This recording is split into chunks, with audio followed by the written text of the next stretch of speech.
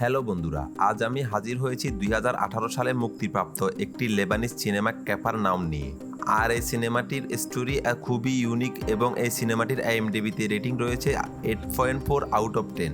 যেখানে দেখানো হয়েছে নিজের মা বাবা তার 12 বছরের ছেলেকে খুনি প্রমাণ করার জন্য আদালতে এসে সাক্ষ্য দিচ্ছে। আর কেন তার মা বাবা তাকে জন্ম দিয়েছে সেজন্য ছেলেটাও তার মা বাবার বিরুদ্ধে মামলা করেছে। কিন্তু এটা এমন একটা গল্প যেটা দেখে মনে হবে হয়তো এটা অস্কার বা অন্য কোনো চলচ্চিত্রে অ্যাওয়ার্ড পাওয়া উচিত। তো এই সিনেমার কাহিনীটা হচ্ছে নিজের মা বাবা তার 12 বছরের ছেলেকে খুনি প্রমাণ করার জন্য আদালতে এসে সাক্ষ্য দিচ্ছে। আর কেন তার মা বাবা তাকে জন্ম দিয়েছে সেই জন্য ছেলেটাও তার মা বাবার বিরুদ্ধে মামলা করেছে। কি হয়েছে ছেলেটির সঙ্গে আর কেনই বা সে এটা করতে গেল তা সবটাই জানবো আজকের এই ভিডিওতে। তো hello friends, welcome to AKP movie explain.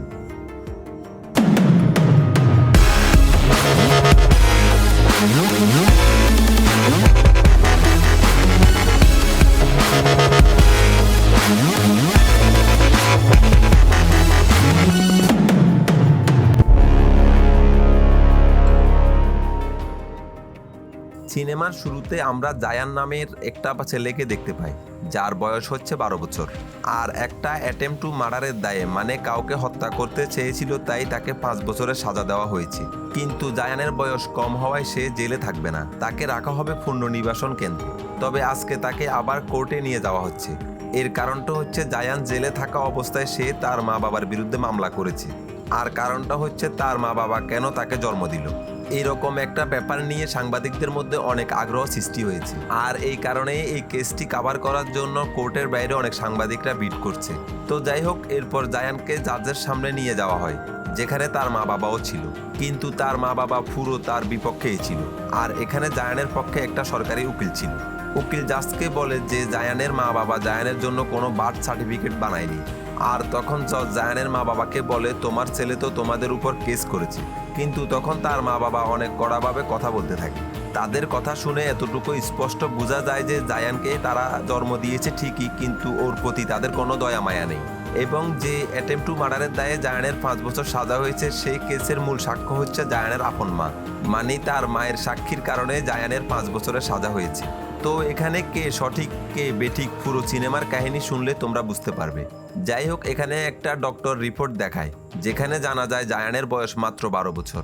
আর তখন জজ জায়ানকে জিজ্ঞাসা করে, তুমি তোমার মা বাবার বিরুদ্ধে কেন কেস করেছো? আর তখন জায়ান তার জজকে বলে, তারা আমাকে জন্ম দিয়েছে, এটাই তাদের অপরাধ। আর এরপর জায়ান তার কাহিনী বলতে শুরু করে। তারপর কাহিনী চলে যায় 1 বছর আগে, যেখানে আমরা দেখতে পাই জায়ান আলাদা আলাদা সব ওষুধের দোকানে যাচ্ছে এবং সেখান থেকে ঘুমের ওষুধ বা এমন সব ওষুধ যেগুলোতে নেশা করা যায় ওই ধরনের ওষুধ প্রেসক্রিপশন দেখিয়ে কিনছে। মানে এমন কিছু মেডিসিন আছে না যেগুলোতে নেশাও করা যায়, আবার তোমার অসুখের জন্য ইউজ করা হয়, ওই ধরনের মেডিসিন সে কিনতে যায়। কিন্তু সেখানে থাকা লোকজন জায়ানকে বলে, তুমি তোমার মা বাবাকে নিয়ে আসো, এসব ওষুধ তোমাকে দেওয়া যাবে না। তারপর জায়ান অনেক চালাকি করে, সে কোনো না কোনো বাহানা করে ওষুধগুলো নিয়ে আসে। সে বলে, আমার মা অসুস্থ, বাড়িতে আর কেউ নেই, সে তো আসতেই পারবে না। আর এই যে ডক্টরের প্রেসক্রিপশন তো রয়েছেই। তো যাই হোক, এরপর জায়ান যখন সেই ওষুধগুলো নিয়ে আসে, জায়ানের মা ওই ওষুধগুলোকে পানিতে মিশিয়ে তারপর কাপড়ের মধ্যে ভিজায়। এরপর কাপড়গুলো শুকোনোর পর যেটা হয়, ওই ওষুধের পুরো জিনিসগুলো কিন্তু কাপড়ে থাকে। আর তারপর সেই কাপড়গুলো জেলে পাঠায় তার ভাইয়ের কাছে। এখানে বলে রাখি, জায়ানের একজন মামা ছিল যে কিনা অলরেডি জেলে 10 বছরের সাজা কাটছে। তো ওর ভাই এবার যেটা করে, সেই পোশাকগুলো থেকে সেই মাখানো ওষুধগুলো আলাদা করে আর তারপর জেলের ভেতরে নেশা হিসাবে বিক্রি করে। চিন্তা করো ভাই, কি ধরনের প্ল্যান। তো যাই হোক, জায়ানের কিন্তু এগুলো করতে ভালো লাগতো না, কিন্তু তার মা বাবা একটু বাড়তি ইনকাম করার জন্য এগুলো করতো। এখানে আমরা দেখতে পাই জায়ান ছোট্ট একটা ঘরে ওর মা, ওর ছোট বোন এবং ভাইয়ের সাথে থাকতো। বাড়িটির অবস্থা খুবই খারাপ, কিন্তু এই বাড়িটির ওদের নয়। ওরা যে বাড়িতে থাকতো, এই বাড়িটির মালিকের নাম হচ্ছে আসাদ। আর আসাদের একটা দোকান আছে। আর এই বাসাটি সে ভাড়া দিয়ে রেখেছে, তবে ওদের কাছ থেকে ভাড়া নেয় না। কেন ভাড়া নেয় না একটু পরেই জানতে পারবে। যাই হোক, সে ভাড়া না নেওয়ার বদলে জায়ান কিন্তু আসাদের দোকানে কাজ করত। শুধুমাত্র জায়ান নয়, তার ভাই বোনদের দিয়েও কাজ করিয়ে নিত আসাদ। কিন্তু সবচেয়ে বেশি কাজ জায়ানকে করতে হয়, কারণ ও বাসার সবচেয়ে বড়। আর ওর যে একটা মামা আছে, সে তো জেলেই, তাকে দিয়ে কোনো উপকার তো হয় না, উল্টো ওই জায়গায় 2 নম্বর কাজ কাম করছে। যাই হোক, জায়ান সারাদিন আসাদের দোকানে কাজ করে, আর কাজ শেষে যতটুকু সময় পায় লেবু পানি বিক্রি করে অল্প কিছু টাকা ইনকাম করে। যেখানে পুরো দেশের মানুষেরা গড়ে, সেখানে আর কয় টাকা ইনকাম করতে পারে। তারপরে একদিন রাতে জায়ান দেখতে পায় তার ছোট বোন যে বিছানায় ঘুমায় সেই বিছানায় রক্ত লেগে আছে। জায়ান বুঝতে পারে না এটা কেন হতে পারে। পরের দিনই জায়ান তার বোনের সাথে দেখা করে, আর সেখানে গিয়েও দেখতে পায় তার বোনের জামাতেও রক্ত লেগে আছে। তো জায়ান সবকিছু বুঝে ফেলে, আর তারপর জায়ান তার বোনকে বাথরুমে নিয়ে যায়, আর তার বোনকে বলে এর আগে তোর ফ্রেন্ডের কাপড়েও এরকম রক্ত দেখা গিয়েছিল, আর তাকে তার মা বাবা জোর করে বিয়ে দিয়ে দেয়। এই কারণেই তুই এই কথা কাউকে বলবি না। আর জায়ান নিজের জামাটি খুলে বোনকে দেয় এবং বলে রক্ত পরিষ্কার করে নে, আর সাবধান, ভুলেও কিন্তু মা বাবাকে এগুলো বলবি না। তারা যদি এই কথা জানতে পারে তাহলে কিন্তু তোর বিয়ে ওই হারামজাদা আসাদের সাথে দিয়ে দেবে। কিন্তু তখন ওর বোন বলে, না, আসাদ ভাইয়া তো অনেক ভালো মানুষ, সে থাকার জন্য আমাদের বাড়ি দিয়েছে, আমাকে অনেক উপহার দেয়। জায়ান তখন বলে ও ভালো মানুষ না, ও হলো দুনিয়ার সবচেয়ে খারাপ মানুষ। আসাদের বদনজর কিন্তু সবসময় জায়ানের এই ছোট্ট বোনের দিকেই ছিল, আর এই বিষয়টি জায়ানও খুব ভালো মতো বুঝে গিয়েছিল। এই কারণে যখনই আসাদ তার বোনকে কিছু দিত, সেটা চিপস হোক বা ক্যান্ডি, জায়ান কিন্তু তার বোনের হাত থেকে সেটা ফেলে দিয়ে বোনকে নিয়ে সোজা চলে যেত। তারপর জায়ান আসাদের দোকানে যায় এবং সেখান থেকে পালিয়ে কিছু স্যানিটারি প্যাড চুরি করে এবং তার বোনকে দেয়, আর তারপর সে তার বোনকে বোঝায় যে প্যাড কিভাবে পড়তে হয়। আসলে তার বোনের প্রথমবার পিরিয়ড হয়েছে, যদিও জায়ানের বয়স অনেক অল্প, কিন্তু পরিস্থিতির অবস্থা মানুষকে সবকিছুই পরিবর্তন করে দেয়, আর ওকে অনেক দায়িত্ববান করে তুলেছে। তো এভাবেই ওর বোন তার মা বাবার থেকে জিনিসটা লুকাতে সক্ষম হয়। আর এরপর রাতের বেলা জায়ান ওর মা বাবাকে বলে, আমি স্কুলে যেতে চাই, আমি লেখাপড়া করতে চাই, কিন্তু তার বাবা তাকে পরিষ্কার নিষেধ করে দেয়। আর তার মা বাবা তাকে উল্টো বলে, আসাদ যদি জেনে ফেলে তুই স্কুলে যাবি তাহলে আমাদের বাসা থেকে বের করে দেবে। কিন্তু জায়ানের মা আবার খুব ভালো মতো জানতো ও যদি স্কুলে যায় তাহলে হয়তো কিছু রেশন পাবে, 2-1 কেজি চাল পাবে অন্তত খাওয়ার জন্য। তো এই জন্য জায়ানের মা বলে, ঠিক আছে, আমি আসাদের সাথে কথা বলবো। মানে আসাদ ওদের ইনডাইরেক্টলি মেয়ের জামাই বা গার্ডিয়ান। এরপর জায়ানের মা আসাদকে বলে জায়ান কিছু সময়ের জন্য স্কুলে যাবে, রাতে এসে সব কাজ করে দেবে। তারপর আসাদ মানা করে দেয়, কারণ স্কুলে গিয়ে জায়ান শিক্ষা পেয়ে গেলে তাকে আর নিজের কবজায় রাখা যাবে না, এবং আসাদ উল্টো জায়ানকে দিয়ে আরো বেশি কাজ করাতে শুরু করে। তো এরপর একদিন সন্ধ্যায় যখন জায়ান বাসায় ফিরে আসে তখন সে দেখতে পায় তাদের বাসায় অনেকগুলো মুরগি। সে চিন্তায় পড়ে যায় ওদের বাসায় এত মুরগি আসলো কিভাবে, আর জানতে পারে এগুলো উপহার হিসাবে দেওয়া হয়েছে। আর এরপর যখন ভেতরে যায় গিয়ে দেখতে পায় আসাদ তার বাবা মাকে নিয়ে এসেছে এবং তার ছোট বোনকে সেই সময় তাদের সামনে নিয়ে আসা হয়েছে। এটা দেখে জায়ান বুঝতে পারে তার মা বাবা তার ছোট বোনকে আসাদের সাথে বিয়ে দিতে চলেছে। আর তখন জায়ান তার মা বাবাকে বোঝায় যে ও এখন অনেক ছোট, কিন্তু উল্টো তার মা তাকে বোঝায় আমরা যদি একবার তোর বোনকে আসাদের সাথে বিয়ে দিতে পারি তাহলে আমরা সারা জীবনের জন্যই বাসায় থাকতে পারবো, নয়তো আসাদ আমাদেরকে বাসা থেকে বের করে দেবে।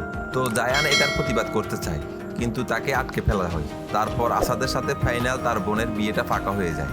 আর এরপর রাতে জায়ান তার বোনের কানে কানে বলে, আজকে রাতে তুই প্রস্তুত থাকবি, আজকে রাতের বেলায় আমরা দূরে কোথাও পালিয়ে যাব। আর এরপর জায়ান তার মায়ের পার্স থেকে কিছু টাকা চুরি করে, এরই সাথে আসাদের দোকান থেকে প্রয়োজনীয় কিছু জিনিসপত্র চুরি করে বের হয়ে যায় স্টেশনে এবং সেখানে গিয়ে বাসের 2টা টিকিট কিনে। আর ওখানকার বাস ড্রাইভার বলে বাস কিন্তু কিছুক্ষণের মধ্যেই ছেড়ে দেবে। তো এই জন্য জায়ান দৌড়ে বোনকে আনার জন্য যায়, কিন্তু ওখানে গিয়ে সে বুঝতে পায় তার মা বাবা জেনে গিয়েছে তারা পালানোর প্ল্যান করছে। এই জন্য মা বাবা তাদের দুজনকেই অনেক পেটায়। এরপর জায়ানের বাবা ওর ছোট বোনকে আসাদের বাড়ি গিয়ে রেখে আসে, বিয়ে ওখান থেকেই হবে। কিন্তু জায়ান তখন তার মা বাবাকে বলে তোমরা দুনিয়ার সবচেয়ে খারাপ মা বাপ, আর এটা বলে সে পালিয়ে যায়। তো যাই হোক, জায়ান তখন ওই বাসে উঠে যায় যে বাসে সে বোনকে নিয়ে যেতে চেয়েছিল, এবং জায়ানের চোখে অনেক কষ্ট, অনেক দুঃখ, কারণ সে তার বোনকে রক্ষা করতে পারল না। এরপর সে একটা জায়গায় নেমে পড়ে যেখানে মেলা হচ্ছিল, আর ওই মেলায় গিয়ে নাগরদোলাতে উঠে জায়ান আকাশ দেখতে থাকে। তার চোখে পুরো উদাস মনোভাব, আর সে বুঝতে পারে না তার জীবনে এত দুঃখ কষ্ট কেন। রাতের বেলায় জায়ান ওখানেই ঘুমিয়েছিল। আর পরের দিন সকালবেলা যখন জায়ানের ঘুম ভাঙে তখন তার অনেক ক্ষুধা লাগে, আর তারপর সে একটা লোকের কাছে যায় এবং খাওয়ার জন্য তার কাছে কিছু খাবার চায়। আর এই বিষয়টা উপর থেকে একটা মহিলা দেখছিল যার নাম হচ্ছে রাহিল, আর সেও এখানে কাজ করে একজন ক্লিনার হিসাবে। সে নিজেও কিন্তু অনেক গরিব, তবে তারপরও জায়ানের উপর তার দয়া হয়। এরপর সে জায়ানকে খাওয়ানোর জন্য কিছু জিনিস দেয়। এরপর খাওয়া শেষ করে জায়ান মার্কেটে সবার কাছে গিয়ে একটা কাজ খুঁজতে থাকে, কারণ কাজ করলে কিছু টাকা পাবে, কিছু কিনে খেতে পারবে। কিন্তু অনেক খোঁজাখুঁজির পরও সে কোনো কাজ পায় না।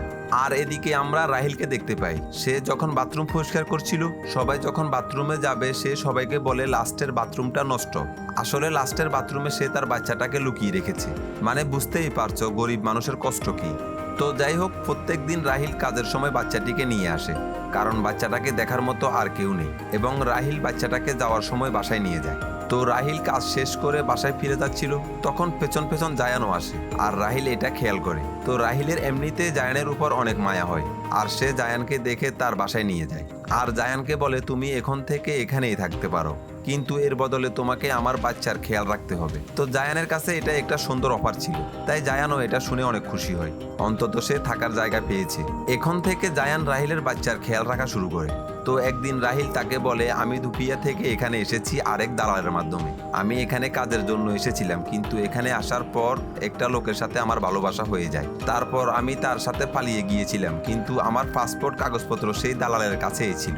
কিন্তু এরপর যখন আমি প্রেগনেন্ট হয়ে যাই তখন ওই লোকটা আবার আমাকে ছেড়ে পালিয়ে যায়, কিন্তু আমার সমস্ত কাগজপত্র ওই দালালের কাছে রয়ে গেছে যে আমাকে এনেছে, যার জন্য আমি কাজ করতাম। কিন্তু আমার কাছে এখন এত টাকা পয়সাও নেই যে আমি ডকুমেন্ট বানাতে পারবো কিংবা তার কাছে আমি ফেরত যেতে পারবো। আমি যদি তার কাছে ফেরত যাই তাহলে সে আমাকে পুলিশে ধরিয়ে দেবে। এই জন্য আমি অন্য একটা দালালকে দিয়ে নকল ডকুমেন্ট বানাচ্ছি এবং এখানে থাকা শুরু করেছি, কিন্তু পুরো কাজ কমপ্লিট হতে আমার আরো টাকা লাগবে। তো এরপর জায়ান রাহিলের বাসায় খুব ভালো মতোই থাকতে শুরু করে, বাচ্চাটারও খেয়াল রাখা শুরু করে।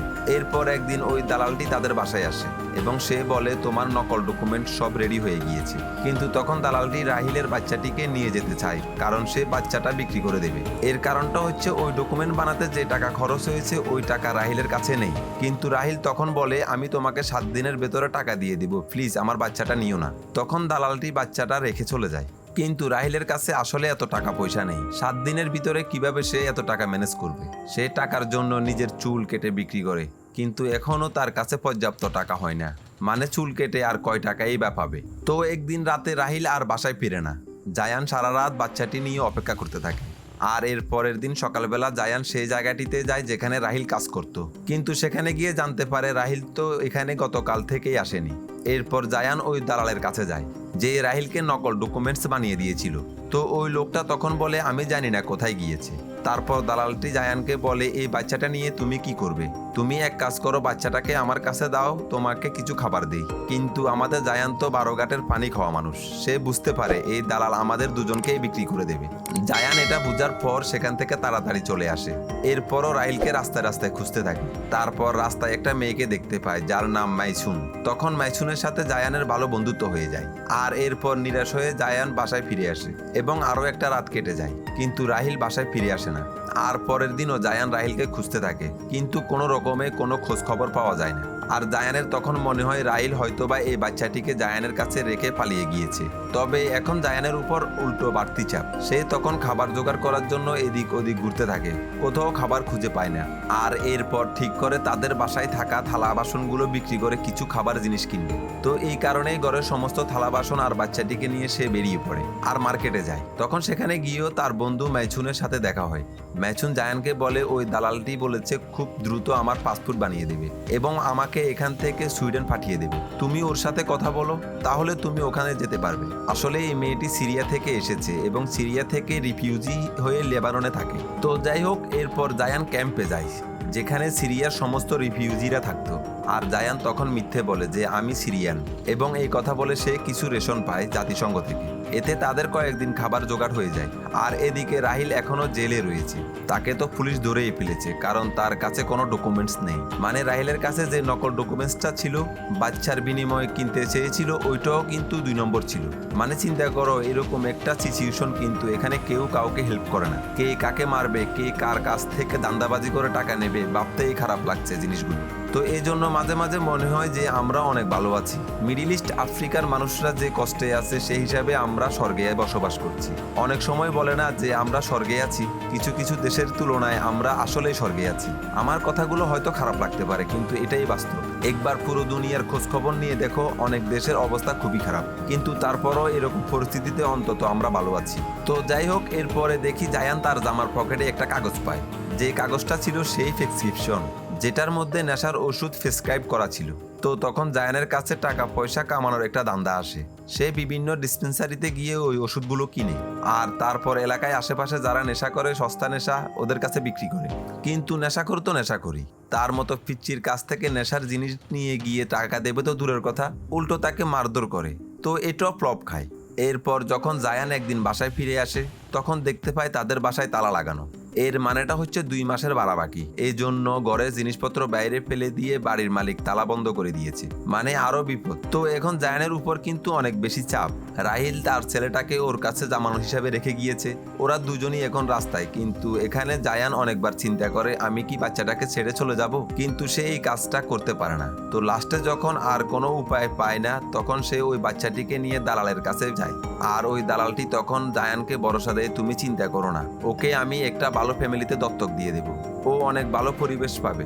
আর বিনিময়ে জায়ানকে কিছু টাকাও দেয় এবং বলে যাও এই টাকা দিয়ে তুমি নিজের আইডি করে নিয়ে আসো, আমি তোমাকে বাকি বাচ্চাদের সাথে সুইডেন পাঠাতে পারবো। তো অ্যাকচুয়ালি আমরা তো জানি এই দালালটি মিথ্যা কথা বলছে, সে আরাবিয়ান শেখদের জন্য বাচ্চাটি বিক্রি করবে। তোমরা হয়তো অনেকেই জানো যে আরাবিয়ান অনেক শেখ আছে যারা অনেক টাকার মালিক, তারা উটের উপর এরকম বাচ্চাদের বেঁধে রাখে, উটকে দৌড়ানি দৌড়াবে, বাচ্চা চিৎকার করবে, তারপর উট আরো দৌড়াবে, মানে উট দৌড়ানির খেলা। আরেকটা ব্যাপার হচ্ছে ইউরোপ আমেরিকাতেও এসব বাচ্চাদের পাঠানো হয় কিডনি তারপর লিভার ট্রান্সফারের জন্য। তো অ্যাকচুয়ালি আমরা আমাদের মায়ের কোলে বসে দুনিয়াটাকে যত সহজ মনে করছি, দুনিয়াটা এত সহজ নয়। তো যাই হোক, এরপর জায়ান তার নিজের বাসায় যায় এবং বাসায় গিয়ে বলে আমার আইডি কার্ড দাও, আমি সুইডেন যাব। কিন্তু প্রায় 1 বছর পরে জায়ান যখন বাসায় গিয়েছে, তখন উল্টো তার মা বাবা তাকে উল্টাপাল্টা কথা বলে। আর এখানে আমরা জানতে পারি জায়ানের মা বাবা এত অজ্ঞ যে 3 বাচ্চার কোনো আইডি কার্ডই বানায়নি, মানে এটার প্রয়োজনই মনে করেনি। এবং উল্টো তার বাবা বলে যদি আইডি কার্ড থাকতো তাহলে তো আমার মেয়েকে হসপিটালে ভর্তি করতে পারতাম, সে মারাই যেত না। এই কথা শুনে জায়ানের মাথায় আকাশ ভেঙে পড়লো। আসলে তার যে ছোট্ট বোনকে আসাদের সাথে বিয়ে দেওয়া হয়েছিল, সে তখনই প্রেগনেন্ট হয়ে যায়। আর এই অল্প বয়সে প্রেগনেন্ট হওয়ার কারণে বাচ্চা হওয়ার সময় মারা যায়। এই কথা শুনে জায়ান আসাদকে দায় মনে করে ওর প্রিয় বোনের মৃত্যুর জন্য। তো জায়ান তখন একটা ছুরি নিয়ে আসাদকে মারার জন্য বেরিয়ে পড়ে। তার বাবা মা তার পিছনে পিছনে দৌড়াতে থাকে, কিন্তু বাবা মা পৌঁছানোর আগে জায়ান আসাদকে চাকু মেরে দেয়। তো বুঝতেই পারছো 12 বছরের একটা বাচ্চা এত বড় একজন মানুষের সাথে পারবে নাকি। আসাদ তো এখানেই বেঁচে যায়, কিন্তু এই অ্যাটেম্প টু মার্ডারের কারণে জায়ানকে 5 বছরের সাজা দেওয়া হয়। তো যাই হোক, আসাদকে আমরা দেখতে পাই এখনো জীবিত আছে এবং কোর্টে গিয়ে সাক্ষ্য দিচ্ছে। আর কোর্টে গিয়ে আসাদ বলে জায়ানের বোনের বয়স 11 বছর ছিল, সে তখন প্রেগনেন্ট হয়। সমস্যা যখন হয় তার কাছে কোনো আইডি কার্ড ছিল না, এই জন্য তাকে হসপিটালে অ্যাডমিট করা যায়নি, তার জন্যই তার মৃত্যু হয়েছে, তা আমার কোনো দোষ নেই। কিন্তু এখানে জায়ান সরকারের কাছে, প্রশাসনের কাছে, জজের কাছে এবং নিজের বাবা মার কাছে প্রশ্ন করে আমার বোনের ভুল কি ছিল, আমারই কি ভুল ছিল। মানুষ কেন বাচ্চা জন্ম দেয় যদি তাদের সামলাতেই না পারে, তাদেরকে কেয়ারই না করতে পারে। লাইফে রাস্তার মধ্যে থাকাটা অনেক শান্তির যদি বাপ মা তাদের কেয়ার করে। আর এরপর জজের কাছে জায়ান আরেকটা অভিযোগ দেয় যে আমার মা আবারও প্রেগনেন্ট হয়েছে, সে আরেকটা বাচ্চার জন্ম দিতে চলেছে, তার অবস্থাও কি আমাদের মতোই হবে। তো যাই হোক, জায়ানের পুরো কাহিনী সমস্ত মানুষ জেনে গিয়েছে, এই জন্য তার উপর অনেক চিনপেতি থাকে। এর সাথে আমরা রাহিলকেও দেখতে পাই, যাকে জায়ান বলে দিয়েছিল যে তার বাচ্চাটিকে কোথায় দিয়েছে, এবং জায়ানও জানতো ওই দালালটি তার বাচ্চাকে বিক্রি করে দেবে। রাহিলকে বলেছিল তুমি আগে থেকে যা করার করো। কিন্তু এদিকে জায়ানের বয়ানের কারণে জায়ানের সাজা কিন্তু কমে যায়, 5 বছর থেকে কমে 1 মাসে চলে আসে। আবার ওদিকে পুলিশরা গিয়ে দালালকেও ধরে ফেলে, অনেকগুলো বাচ্চা সেখান থেকে উদ্ধার করা হয়, যেখানে রাহিলের বাচ্চাও ছিল। আর রাহিলকে এরপর জজ মুক্ত করে দেয়। এবং এখানে মানে এই লেবাননে অন্য অন্য দেশে যেসব মানুষেরা বিনা পাসপোর্টে আছে তাদেরকে তাদের দেশে পাঠিয়ে দেওয়া হবে। তো রাহিল খুব খুশি হয়, তার বিদেশে এসে টাকা পয়সা ইনকাম করার দরকার নেই, নিজের দেশে থেকে যদি না খেয়ে থাকে 2-1 বেলা তাও শান্তিতে থাকতে পারবে, নিজের দেশে নিজের মতো করে থাকতে পারবে। তো যাই হোক, রাহিল ভেতর থেকে জায়ানের জন্য অনেক শুকরিয়া করে, অনেক বেশি দয়া করে এবং নিজের দেশে ফিরে যায়। আর 1 মাস পরে জায়ানও মুক্ত হয়ে যায় এবং সরকার থেকে এখন তার আইডি বানানোর জন্য ছবি তোলা হচ্ছে। তার মানে জায়ানের আজকে থেকে একটা পরিচয় হবে একজন লেবানিজ হিসাবে। তবে জায়ান এখানে একটা অনুরোধ করছিল, তার আইডিতে যেন তার মা বাবার নাম না দেওয়া হয়, কিন্তু সেটা তো আর সম্ভব না। তবে এরপরও জায়ানের চেহারা আজকে আমরা অনেক বছর পর হাসি দেখতে পাই। আর এখানেই এই সিনেমাটি শেষ হয়ে যায়। তো যাই হোক, এই সিনেমা সম্পর্কে আমার বাড়তি কিছু বলার নেই, কিন্তু আমাদের এই পুরো দুনিয়াটা পলিটিক্স, ক্ষমতা এবং ব্যবসার কারণে ধ্বংস হয়ে যাচ্ছে। তারপরও বলবো যদি সুযোগ পাও তাহলে পুরো মুভিটা দেখে নিও, কথা দিচ্ছি তাহলে নিজের জীবন নিয়ে আর কোনো অভিযোগ থাকবে না। আমার ভিডিও যদি ভালো লাগে অবশ্যই লাইক, কমেন্ট এবং শেয়ার করবেন। আর আমার চ্যানেলে যদি প্রথম হয়ে থাকেন তাহলে অবশ্যই চ্যানেলটি সাবস্ক্রাইব করে বেল আইকনটি ক্লিক করে দেবেন। তাহলে আজকের মতো এই পর্যন্ত, দেখা হচ্ছে পরের ভিডিও নিয়ে। আর ততক্ষণের জন্য ভালো থাকবেন।